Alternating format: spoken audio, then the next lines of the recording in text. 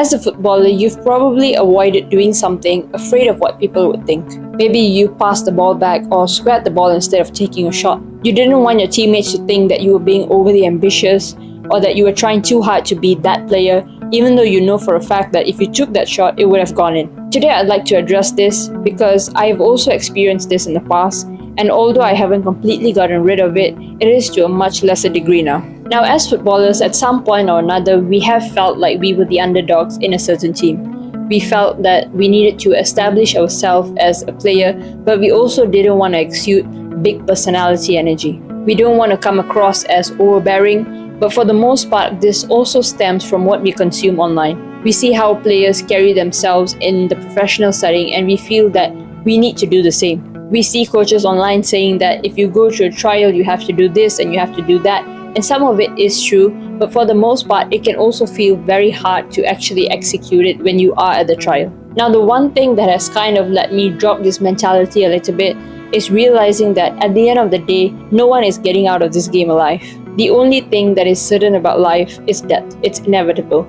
And I know this sounds really dark, but just hear me out. Most people live their lives like they're gonna live on forever. And I guess in a way you have to hope that there will be a tomorrow to see that will allow you to chase your dreams and fix your mistakes. But most people live the same monotonous 24 hours. They do the same thing and they end up in the same position every year.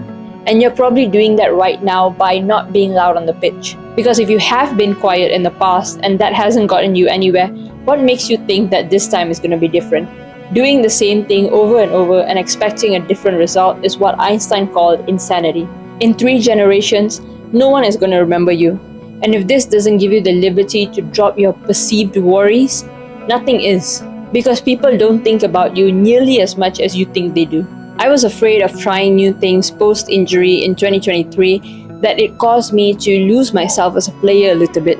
In late 2022 to mid-2023, I suffered a series of injuries.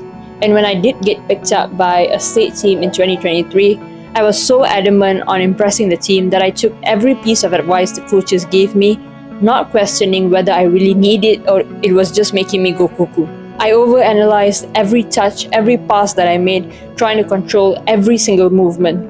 I even remember in one of the training sessions, the coach looked at me and he said, "Amrit, why are you so stressed out? Relax." We were doing a passing drill and I did not even realize that I was doing it with a frown on my face. And during that period, I blundered my shot and it was one of the worst seasons that I had. I was worried about what my coaches would think and what my teammates would think if I made a mistake. I was afraid that they would hate me or not trust me to either put me on the team or pass the ball to me in a game. But you know what? After that season, they probably never even had a single thought of me, not even a sniff. And if you don't believe me, ask yourself this question. After the Queen of England had died, how many times have you actually thought about her?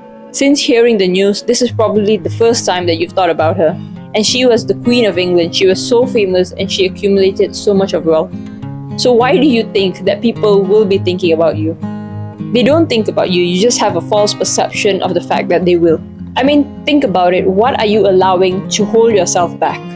What are you holding on to that is holding you back? Is it someone mocking you and judging you because you broke a rule that they made to make you feel bad? Someone who couldn't even chase their own dreams is now dictating whether or not you should go after your own dreams? You have one life to chase after the dreams that you were brave enough to envision. If you can't take that chance on yourself, if you can't take that bet or that risk, no one is going to take it on your behalf. And if you don't have the guts to chase your dreams, at least have the guts to have some fun along the way. Sometimes you don't have to achieve your dreams to achieve your dreams.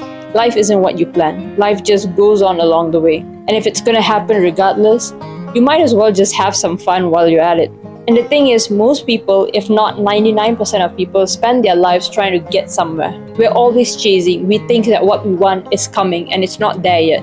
You finish school and there's college, you finish college and there's a job, and then there's a quota to fill, and then you want to get to retirement. And you get to retirement and you think that you're finally there. We act like there's an end destination that we need to get to, like retirement or heaven afterlife. But when we do get there, it does not feel much different. It feels empty, it's not fulfilling, it's like we haven't gotten anywhere. Because the fulfilling part, it already happened, we just never realized it. Because the point of a dance isn't to arrive at the last step, it's to enjoy the dance. The point of singing isn't to hit that last note, it's to sing and enjoy the singing. The point of football isn't to wait for the 90-minute whistle to blow. It's to play football at the best of your ability and enjoy the process along the way. Yet so many of us tiptoe through life hoping we arrive safely at that. We don't take the path that excites us because we don't know how long it'll take. We want certainty, we want to know, we want to speed run our way through life. We want to get there as soon as possible, not realizing that the path that we're speed running on is the one to our grave. And you know what?